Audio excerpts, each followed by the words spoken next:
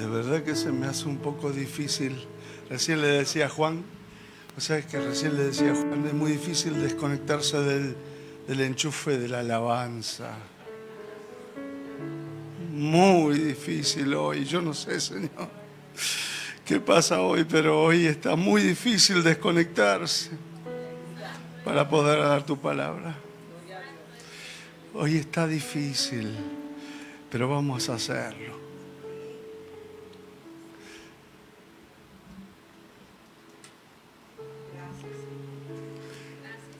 Señor, yo quiero levantar una oración. Bendito tu nombre, Señor, y agradecerte por este privilegio, Señor, de tu palabra, que parece que cuando los días y los años van pasando, el corazón se va ablandando cada vez más y ya la pasión sobrepasa la voz fuerte y todo lo demás. Pasión de querer encontrarte cada día más, Señor. De poder conocerte más. Es increíble, Señor. Es increíble, Señor, que pueda existir un ser como vos, tan excelente,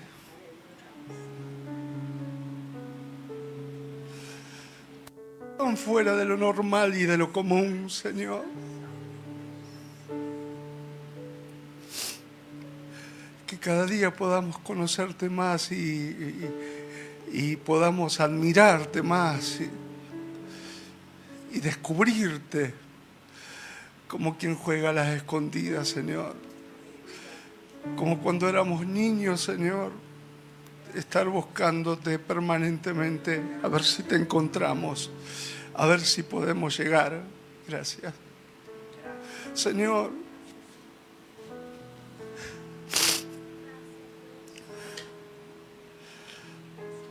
esto no es muy común para mí, pero bueno, Señor, es lo que hay. Es lo que hay.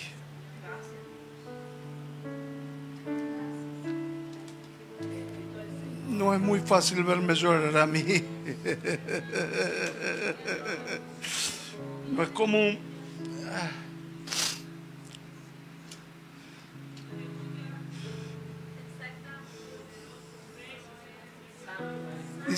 Dice su palabra, ¿es que acaso no es mi palabra como martillo que quebranta la peña?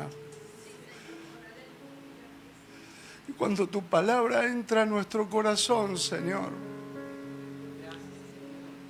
lo transformas en un corazón de verdad, de carne. Lo ablandas, quitas nuestras durezas. A medida que vamos encontrando al Señor, vamos descubriéndole. Nuestro corazón se va haciendo más blando. Es como si Él entrara en nosotros, como si estuviera procesándose en nosotros. Sus delicadezas, entrar a lo más profundo de nuestro ser para transformar, para tocar, para hacernos de verdad sentimiento y pasión y hacernos un pensamiento bueno, lleno de virtud, de virtudes de Dios.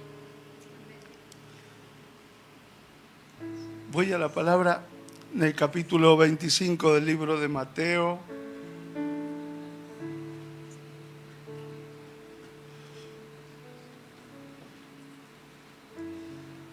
En tu nombre, Señor, nombre que está por sobre todo nombre, leemos, Señor. En los cielos, en la tierra y debajo de la tierra, en todas partes, tu nombre sea exaltado, Señor bendito. Capítulo 25, libro de Mateo, del 14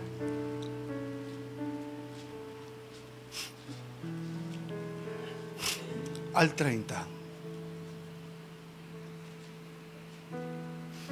Es un poco largo, pero es la encomienda de esta palabra. Está lleno de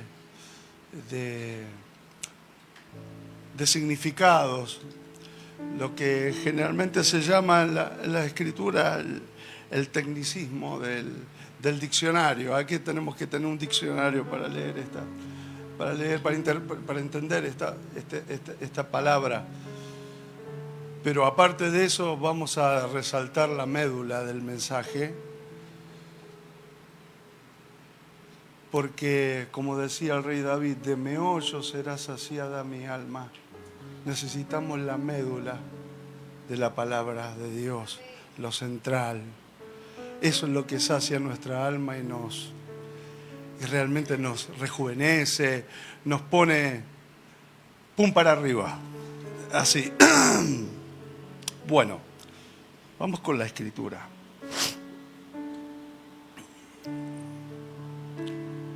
Dice el pasaje: porque será semejante a un hombre que viajó muy lejos y llamó a sus siervos y confió en ellos sus posesiones. Dice, cuando arranca este pasaje, está muy relacionado con el anterior, con la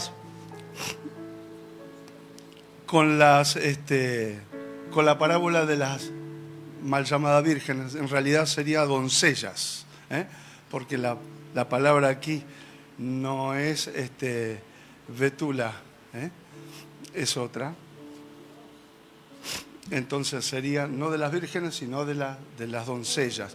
Las doncellas son consideradas de los 10 años en adelante, o sea que lógicamente uno puede decir que pueden ser vírgenes, por supuesto, o son niñas, pero en realidad no está referido a vírgenes, sino a doncellas, niñas.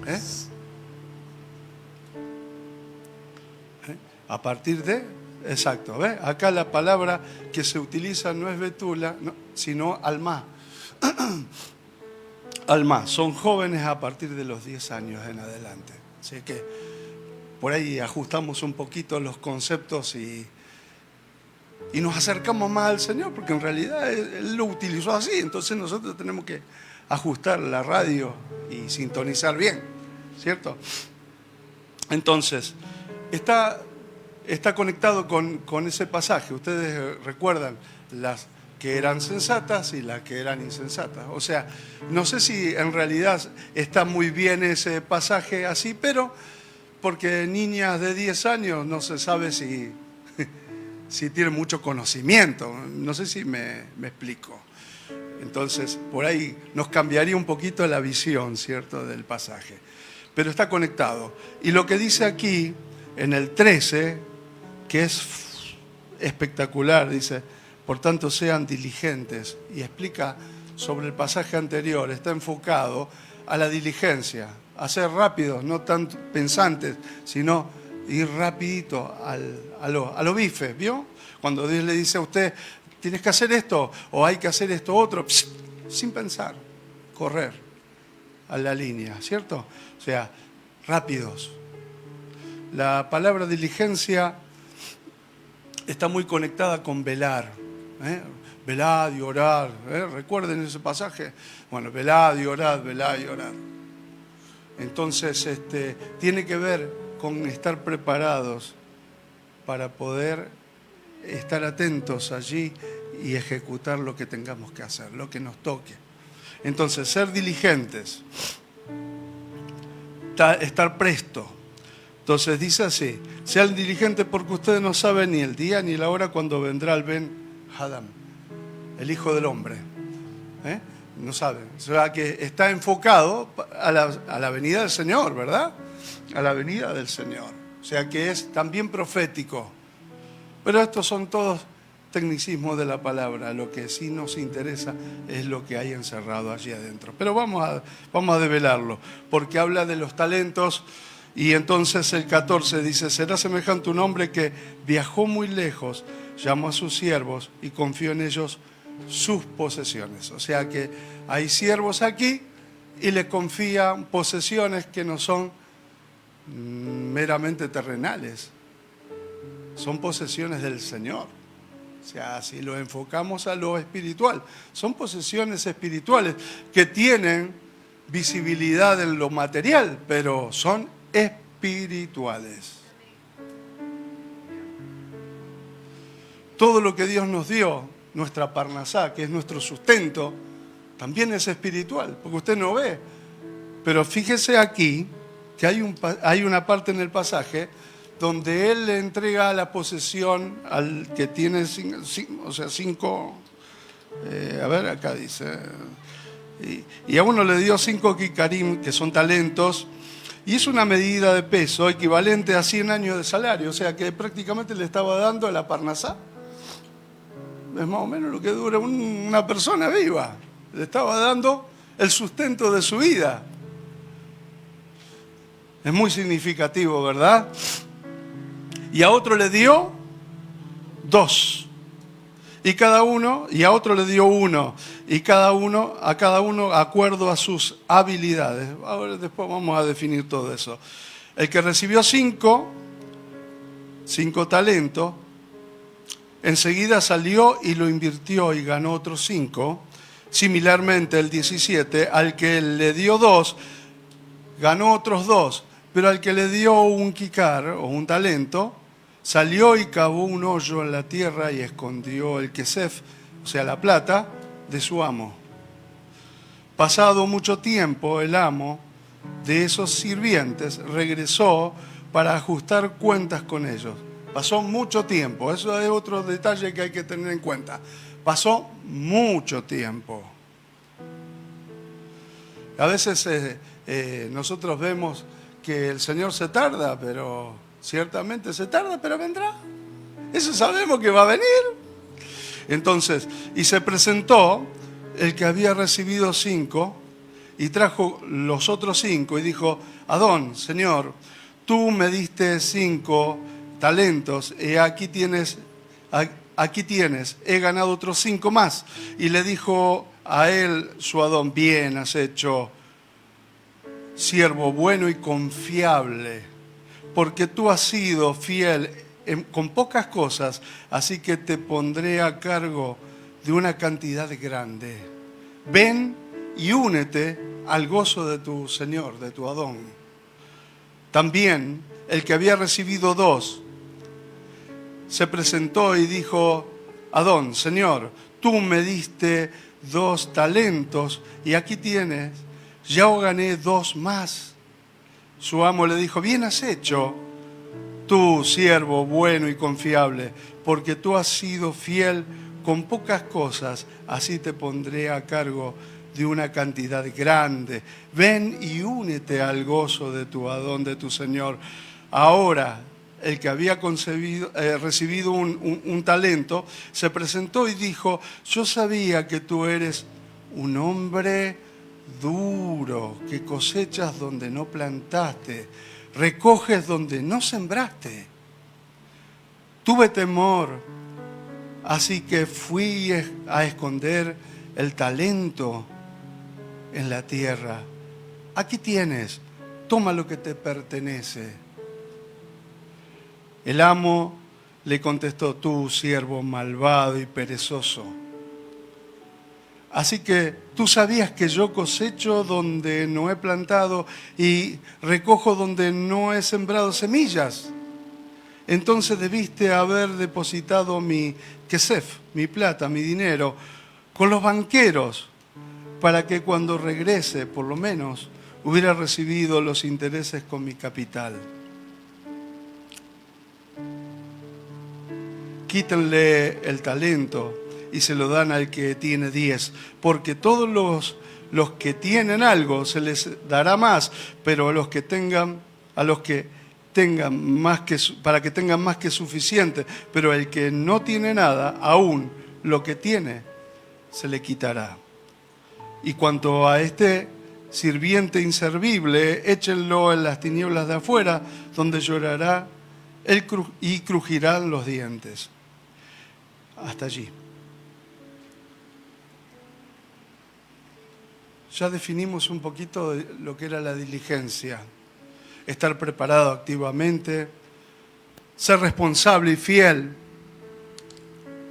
estar alerta, no dormido ni vivir en descuido.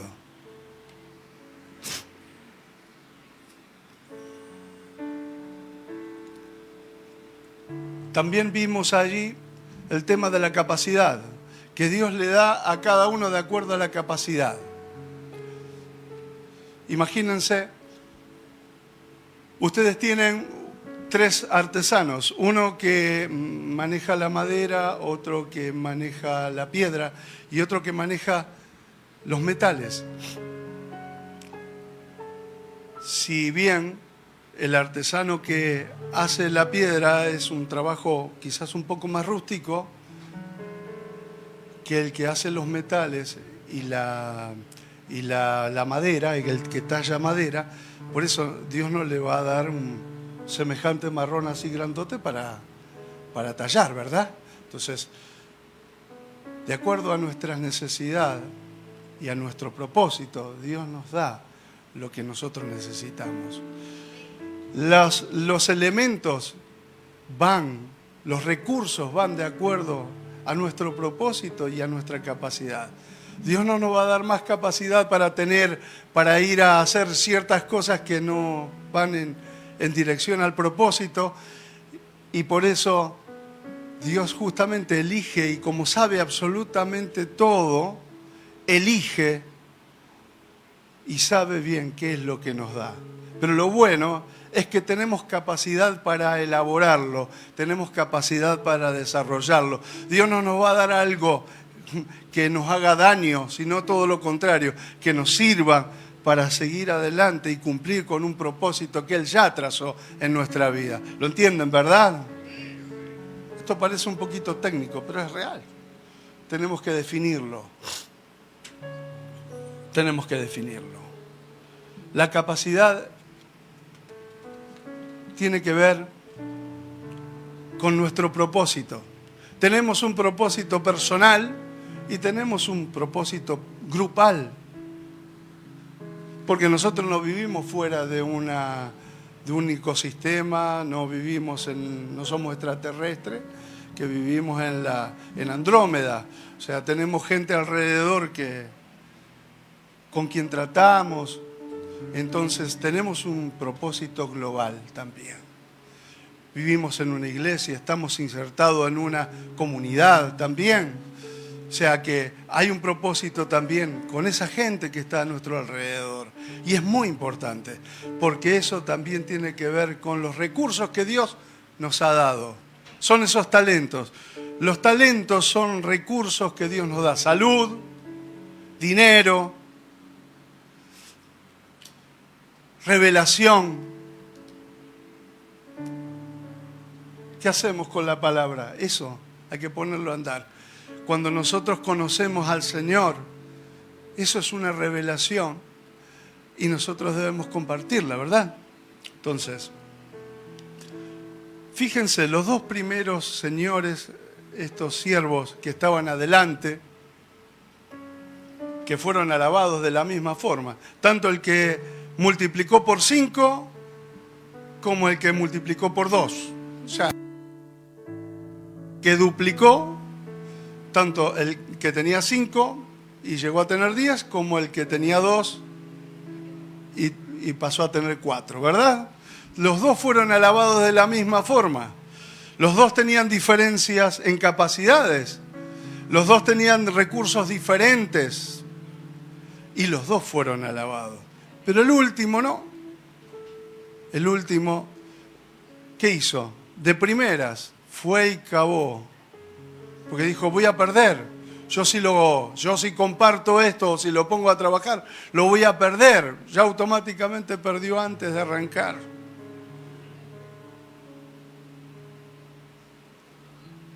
¿Y ustedes creen que nosotros, con capacidades y talentos dados por Dios, que no son terrenales, son celestiales, vamos a perder? Miren la visión de este señor. Claro, es una historia. ¿Usted cree que si pone a andar dones, talentos, o si utiliza sus recursos de dinero, o lo que sea, su salud, su tiempo, que eso es lo más caro que tiene el ser humano, su tiempo, ¿usted cree que va a perder? ¿Usted cree que va a perder? ¿Qué hizo este hombre? Cavó en el hoyo, ¿cierto? Un hoyo en la tierra. Eso es como para que entendamos, es como enterrar el propósito de Dios junto con los recursos debajo de la tierra. O sea, utilizar un recurso del cielo para enterrarlo en el sistema de la tierra y olvidarla. O sea, como decir, murió antes de arrancar. Ese es el ejemplo de cavar en la tierra y ponerlo por debajo, y taparlo y esconderlo, darle muerte al propósito de Dios.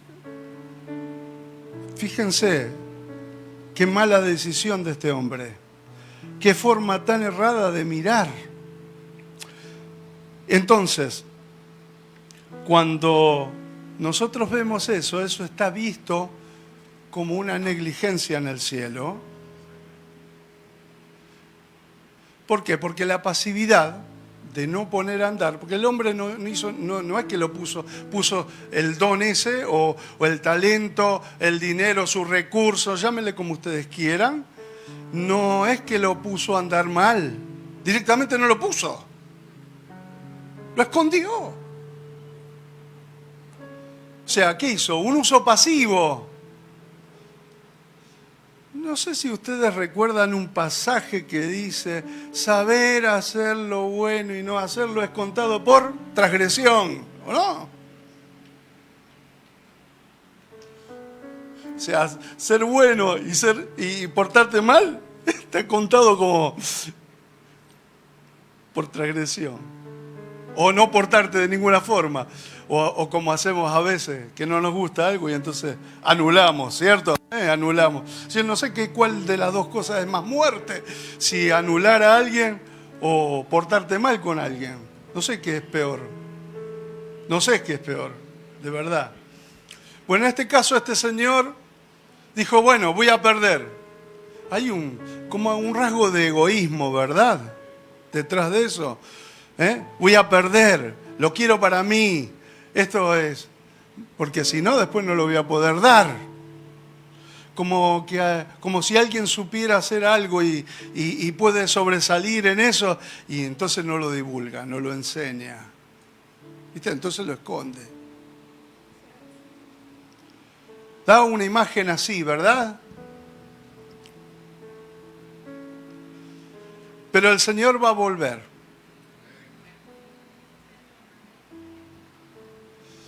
Y me voy a escapar del tema ese de tener que dar cuentas. Me voy a escapar de ese pasaje, de esa parte del pasaje. ¿Viste? Donde nos sentamos y hacemos los numeritos. Me voy a escapar un poquito de ahí. Porque generalmente se utiliza mucho para dar miedo eso. ¿Verdad? Y justamente a eso vamos a apuntarle al miedo. Vamos a tirar todos los cañones al miedo. Porque este es el secreto del problema de este hombre, de una mala visión, de una mala decisión. El miedo. Fíjense, la visión que tuvo este hombre de su Señor. Dijo, tú eres una persona dura. No lo conocía, claro que no. No me cabe la menor duda. Pero ¿sabés cuál es el problema? No lo conocía al principio ni tampoco lo conoció al final. Porque dice que pasó muchos años. O sea, él decía que el Señor era duro, que sembraba, que mejor dicho, que cosechaba donde no sembraba. De verdad, un ruin era este. Lo trató de vago a Dios, a su Señor. Lo trató de vago, porque dice, ¿quién va a cosechar algo que no sembró? No trabajaste en la tierra. Claro, le estaba diciendo a Dios que era un sinvergüenza. propiamente dicho al Señor, a su Señor, le estaba diciendo que era un sinvergüenza, porque él quería sacar fruto donde él no había sembrado. Porque tú eres duro, claro, eres duro. O sea, no lo conocía, tenía una perspectiva de Dios muy errada, o de su Señor muy errada. Porque Dios es misericordia. Los otros dos no tuvieron ese problema. Pero este vio algo tremendo en su Señor, que redunda en él, cuando el Señor le dice, eres malvado e indolente. En este caso yo creo que fue perezoso. Sí, más o menos lo mismo. Eres indolente. ¿Por qué le dijo así? Porque no redundaba en que él estaba equivocado. Porque si la idea hubiera sido de él, decir, Señor, yo hice mal, yo escondí. Pero él no dijo eso, no, al contrario, se justificó porque dijo, tú eres muy duro. Y entonces yo tuve miedo. Pero acá vemos dos cosas muy importantes. Que las malas decisiones, la mala utilización de los recursos, tienen como centro y raíz la mala visión de lo que es Dios, o una forma distorsionada de lo que es Dios, que esto es lo más importante del pasaje. La mala visión de lo que es Dios. Eso es por no estar junto a Él, por supuesto, ¿no?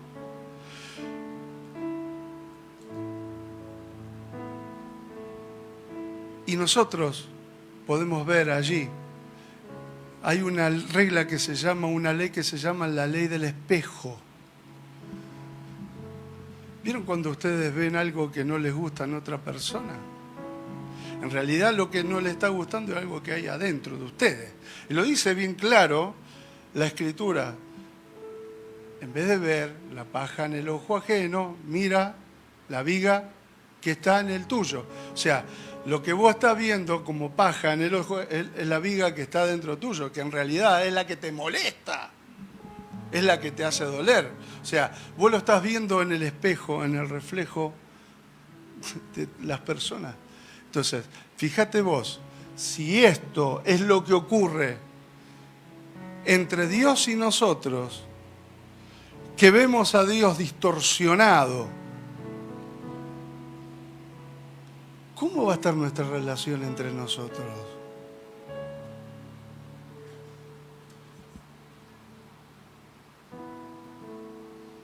Si primero existe una relación que es vertical para después tener una relación horizontal. Y aquí está el tema de la administración de nuestros recursos. Por eso nosotros somos agarrados y egoístas, porque tenemos una visión completamente errónea. Primero de Dios y segundo de nosotros también. Porque con semejante información que Dios te da, te dice que tenés los recursos para lograr lo que tenés que lograr. Te dice que tenés la capacidad, o sea, si tenés la capacidad quiere decir que no te va a ir mal, te va a ir al revés, bien. Que no tenés que temer en absoluto, nada. ¿Por qué? Porque Él te ha dado todos los recursos necesarios y inclusive te va a marcar el camino. ¿Cuál es el problema? ¿Quién te va a poder hacer frente? Es imposible, al contrario, por el contrario, vas a mejorar, vas a estar en el lugar que sí debes estar. O sea, no hay nada que temer, pero de pronto, con una visión errada o distorsionada del Señor, nosotros vamos a tener una visión distorsionada de nosotros también. Por eso necesitamos hasta que la gente venga y nos aplauda y nos mime y nos diga tantas cosas, porque tenemos una visión distorsionada de nosotros, porque no tenemos ni idea de lo que nosotros somos en realidad.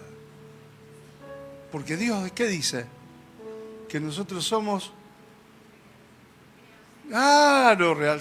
Mirá, dale, a ver, uno más, a ver, ¿qué somos? ¿Qué más?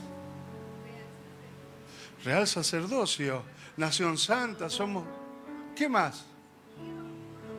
Hijos. ¿Qué más? Tantas cosas, dice Dios de nosotros, tan bonitas. Pero nosotros no lo tenemos en vista, no. Ahora, ese es el problema, que si nosotros tuviéramos idea de la profundidad que tiene, de quién lo dice, claro, ese es el problema, de quién lo dice, entonces no tendríamos que estar buscando ni aplauso, ni mimo, ni querer figurar, ni nada de eso. O sea, dejaríamos el egoísmo para un costado y pasaríamos a ser quien potencialmente Dios espera que seamos.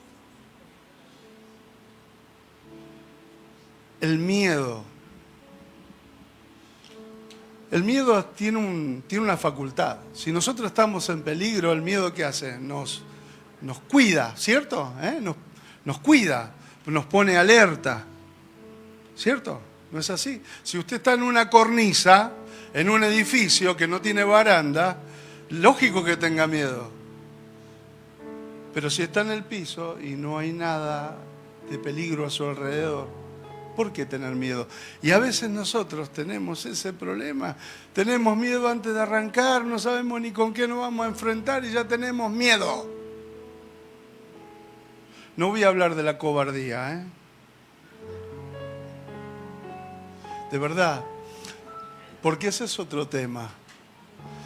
Pero es una de nuestras muy malas cualidades, la cobardía, el miedo, porque nos hace ser infieles, nos distorsiona todo lo que somos en realidad. El miedo es lo que desarrolla nuestras malas cualidades, es la raíz de toda mala cualidad. Porque gracias al miedo a perder nosotros tenemos celos,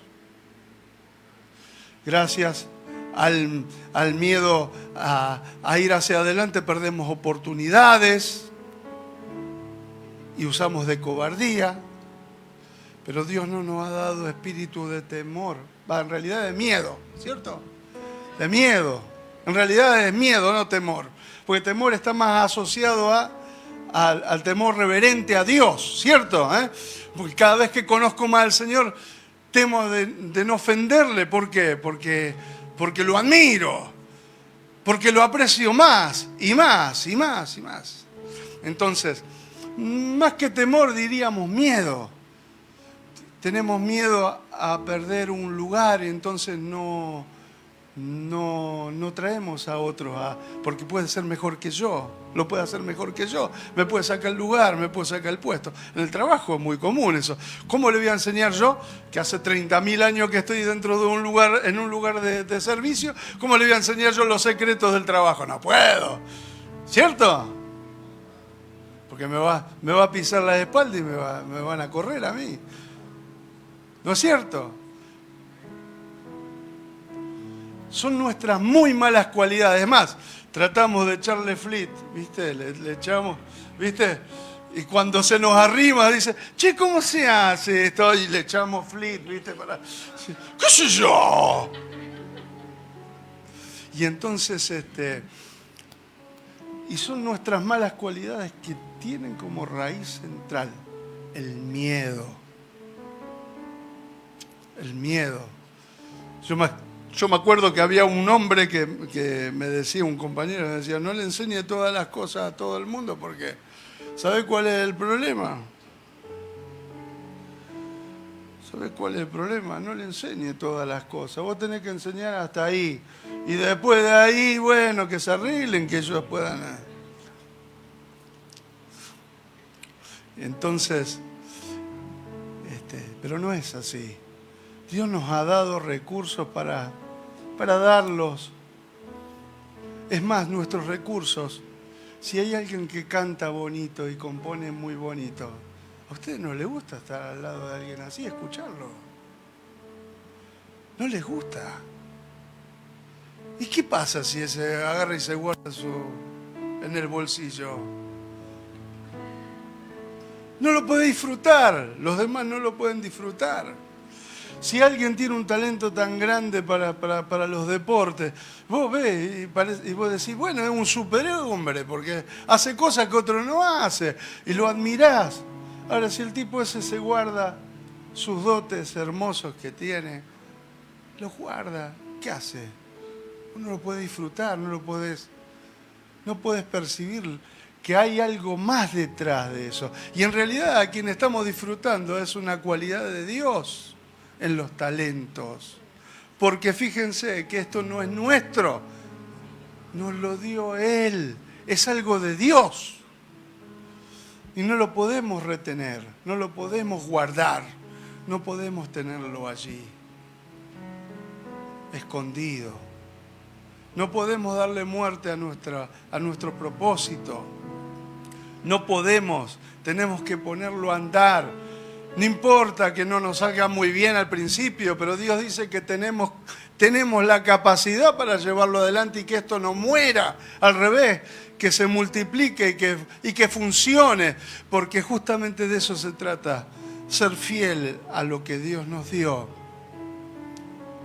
Y eso tiene una recompensa, porque el que es fiel en cuanto a reproducirlo o ponerlo a andar, dice Dios que Él le da más. Al que tiene, se le dará. Y al que no tiene, lo poco que tiene, le será quitado. No es que no tiene nada, es que Él ya decidió sacarlo de su vida.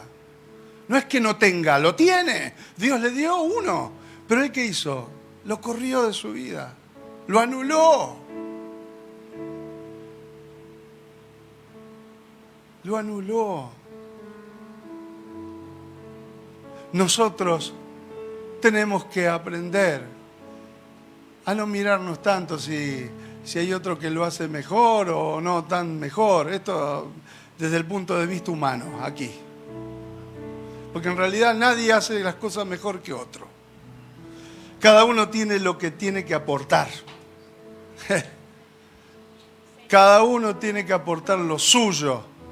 Y nadie puede aportar lo mío porque eso me toca a mí. Y yo no puedo aportar lo de otro porque eso le toca a los otros. Nosotros tenemos que aprender a trabajar juntos en esto.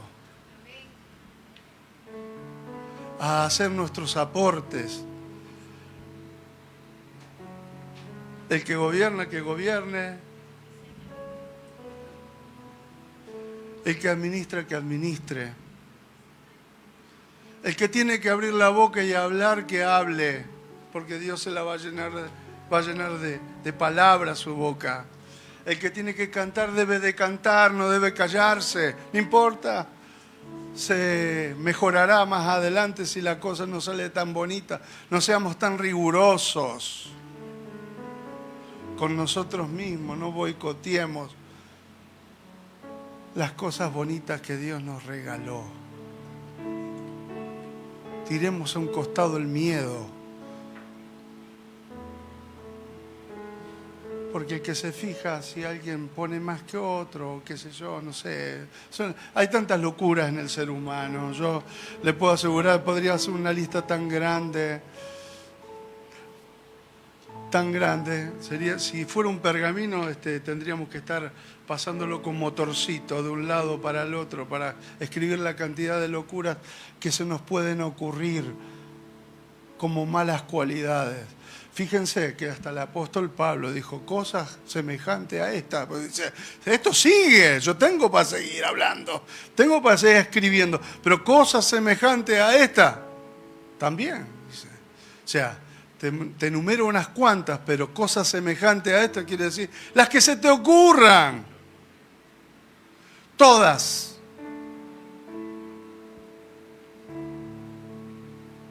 Nosotros hemos recibido una enseñanza de Dios, quizás a veces un poco escueta, que nosotros debemos crecer en eso. permanentemente. En un tiempo, a algunos le dijeron que Dios los podía abandonar. Porque si ustedes se portaban mal, Dios los podía abandonar. A otros le dijeron, bueno, el Señor no perdona estas situaciones. Y lo vieron en sus hermanos cuando le cerraron las puertas. Y si no lo vieron en ustedes, lo vieron en otros. Ese Dios riguroso que vemos aquí en este Señor, en este siervo, pobrecito, que a pasar de los años él nunca pudo crecer en eso, nunca pudo cambiar, porque en realidad siempre siguió manteniendo su posición como correcta. Es verdad. Fue muy correcto, fue tan correcto que escondió lo que tenía. Claro, no lo perdió. La indolencia la cubrió de prudencia. Dice, no, yo soy prudente, yo no voy a hacer estas cosas, no voy a hacer ni esto, ni aquello, ni lo otro, y como para decir, porque yo soy prudente, no voy a decir nada que después me digan, no, te equivocaste, porque eso es terrible. Terrible para nosotros que nos digan te equivocaste, lo dijiste mal, dijiste algo que no era. Eso es terrible, toca la parte más, las fibras más íntimas de nuestro orgullo.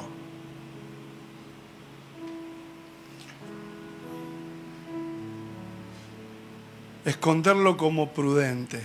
Pero tenemos que ver muy claramente que Dios pretende que nosotros funcionemos dentro de su propósito y que utilicemos sus herramientas, porque no son las nuestras. Las utilicemos. De verdad que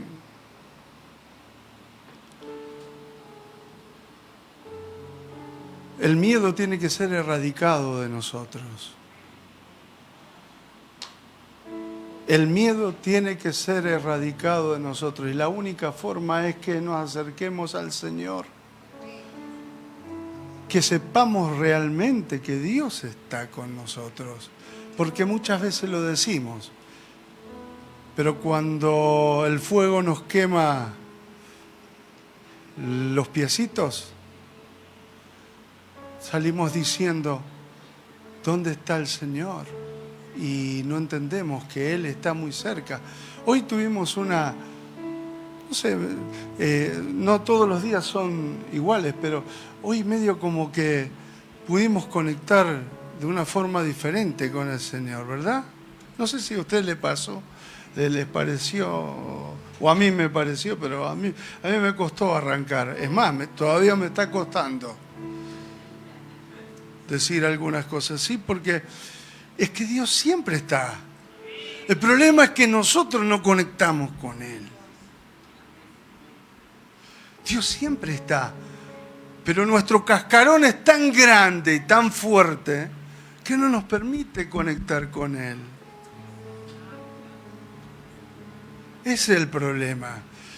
Y entonces tenemos que conocer al Señor.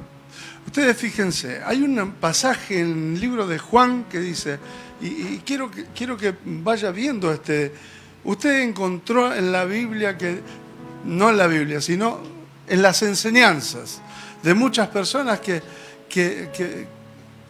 dicen que Dios, no importa lo que usted haga, Dios lo ama igual.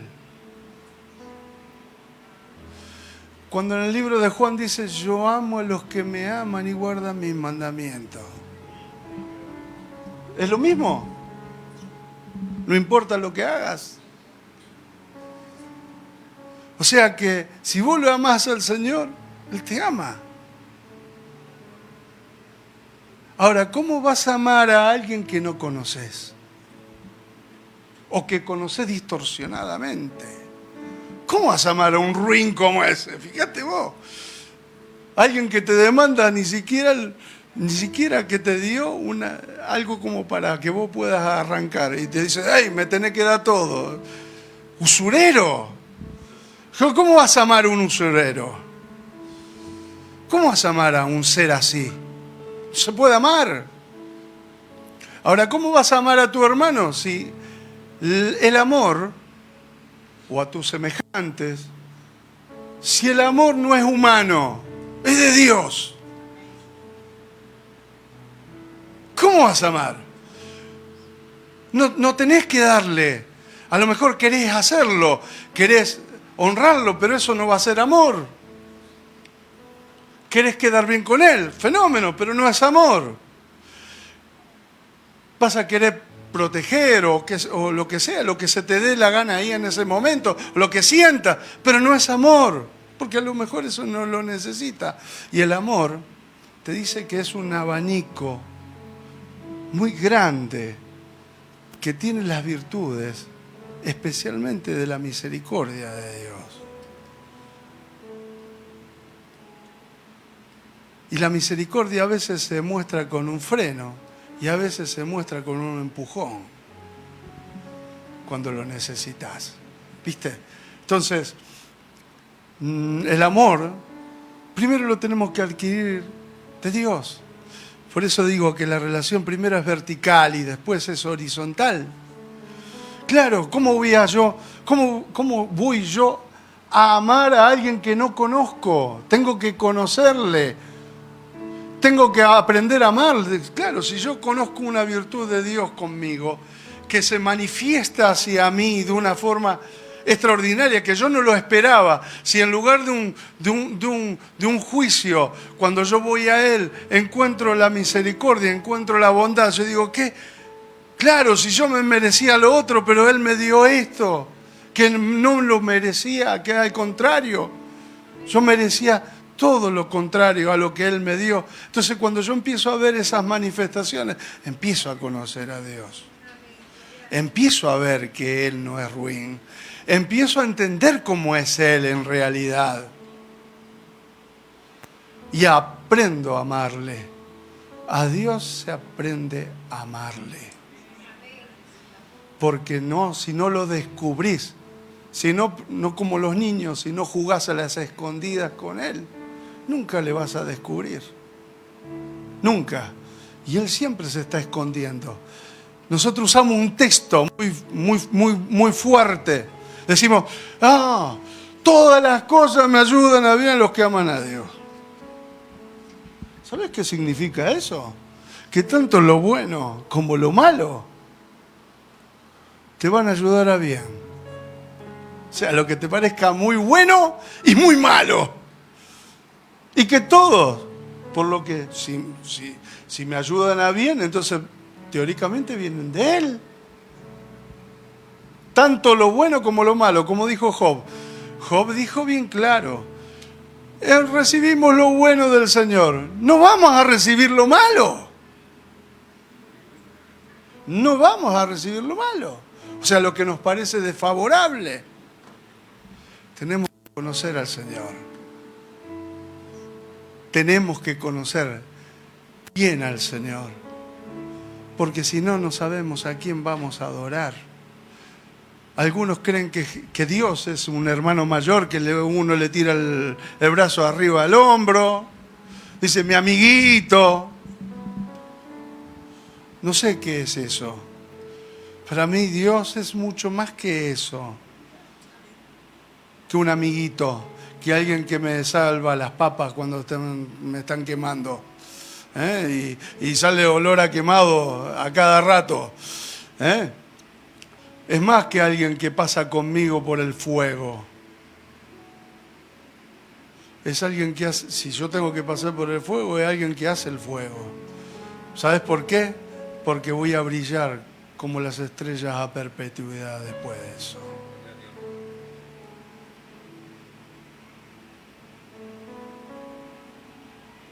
Nosotros, ya para terminar, él dice allí el lloro y el crujir de dientes. Porque hay mucha tela para cortar aquí, pero no importa, yo no hago traje, yo no soy sastre. No soy sastre. Apenas si se enhebró una aguja, bueno, puede ser, pero después de ahí, yo sastre no soy. Pero dice el lloro y el crujir de dientes. ¿A cuántos los han atormentado con eso? ¿Cierto? Dice el infierno. En realidad, te puedo asegurar que el que conoce al Señor con profundidad, yo creo que es peor que el infierno. Porque el infierno arde, quema. Pero el lloro y el... Primero dice las tinieblas de afuera. Pero las tinieblas no es oscuridad simplemente. Vamos a poner un poquito filosóficos en esto. Oscuridad también es carencia de luz. Y yo les digo algo. Ustedes van a encontrar que en el primer día de la creación dice que Dios creó la luz. Si estaba todo en oscuridad. ¿Cómo que creó la luz? ¿A qué luz se refería? Recién en el tercer día están los astros que manifiestan la luz. Pero Él creó la luz. O sea, la carencia de la presencia de Dios, la carencia de la luz, esas son las tinieblas. Nosotros podemos tener luz, pero estar fuera. Estar bien fuera. Como recién estábamos hablando de que habíamos conectado con el Señor. De una forma especial. Habíamos conectado. Bueno, eso no es estar fuera. Estar fuera es tener muchos reflectores alrededor, pero estar en tinieblas. Estar fuera de la luz. Estar fuera. Eso es estar fuera. No poder conectar con Dios. A eso se refiere allí. En las tinieblas de afuera. Cuando nosotros vemos ese pasaje que dice el crujir de dientes, uno cruje los dientes cuando tiene miedo. Cuando está fuera de la cobertura de Dios. Y empieza a llorar cuando está lamentando las malas decisiones. Eso es estar fuera. Y esas cosas se pueden ver cuando hay mucha luz a nuestro alrededor, pero en realidad la luz de Dios es la que falta.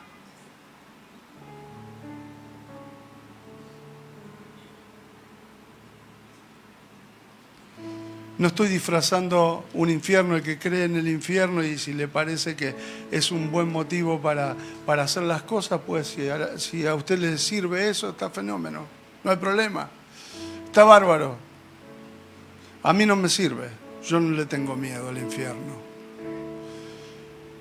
Pero les puedo asegurar que con solo pensar de estar fuera del Señor, fuera de su luz, eso no me lo bancaría de ninguna forma, porque estar cerca me produce un placer que no se los puedo asegurar. Para mí no hay tiempo, no hay horario, no hay cansancio, no existe eso cuando estoy estudiando la palabra del Señor. No existe. Yo digo, ¿cómo puede ser, Señor, que tú seas tan excelente? Tan excelente, tan excelente. No tengo palabras. Hay algunos sabios que dicen que la mejor forma de mostrar al Señor o de calificar es por lo que no es. Y entonces le dicen que Él es el Ein Sof, el sin fin, por lo que no es. Y lo califican por lo que no es, porque no hay calificativo positivo para equiparar lo que es Dios de verdad. Él es infinito. Entonces es la forma más fácil y más sencilla de calificar al Señor. Y así es de infinito su presencia y su amor para con nosotros. Gracias, hermano, por la posibilidad de yo poder darles algo que Dios me dio. Entonces, lo ponemos a andar y espero que ustedes también lo hagan.